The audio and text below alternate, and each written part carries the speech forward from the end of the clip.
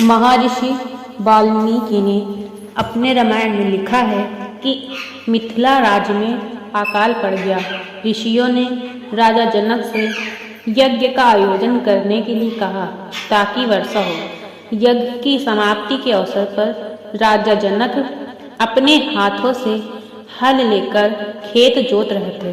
तभी उनके हल का नुकीला भाग, जिसे सीत कहते हैं, किसी कठोर चीज से टकराया और हल वहीं अटक गया। जब उस स्थान को खोदा गया तो कलश प्राप्त हुआ जिसमें एक सुंदर कन्या खेल रही थी। राजा जनक ने उस कन्या को कलश से निकाला और उस कन्या को अपनी पुत्री बनाकर अपने साथ ले गए।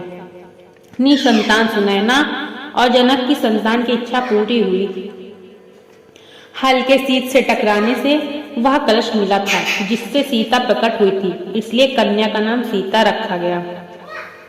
देवी सीता से संबंधित एक अन्य कथा का उल्लेख अद्भुत रामायण में वर्णित है। इस रामायण में लिखा है कि रावण ने कहा था कि जब उसके हृदय में अपनी पुत्री से विवाह करने की इच्छा उत्पन्न हो तो उसकी पुत्री ही उसकी मृत्यु का कारण बने।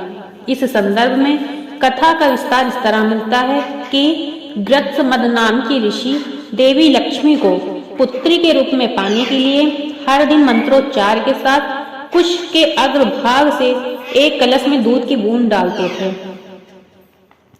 एक दिन जब ऋषि आश्रम में नहीं थे तब रावण वहां आ पहुंचा और वहां मौजूद ऋषियों को मारकर उनका रक्त कलश में भर लिया। इस कलश को रावण महल में लाकर छुपा दिया। मंदोदरी उस कलश को लेकर बहुत उत्सुक थी कि आखिर उसमें है क्या।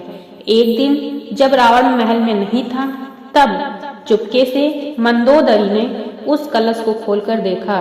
मंदोदरी कलश को उठाकर सारा रक्त पी गई, जिससे वह गर्भवती हो गई। यह भेद किसी को भी पता न चले, इसलिए वह लंका से बहुत दूर अपनी पुत्री को कलश में छुपाकर मिथिला भूमि में छोड़ आई। इस तरह सीता को रावण की पुत्री बताया जाता है।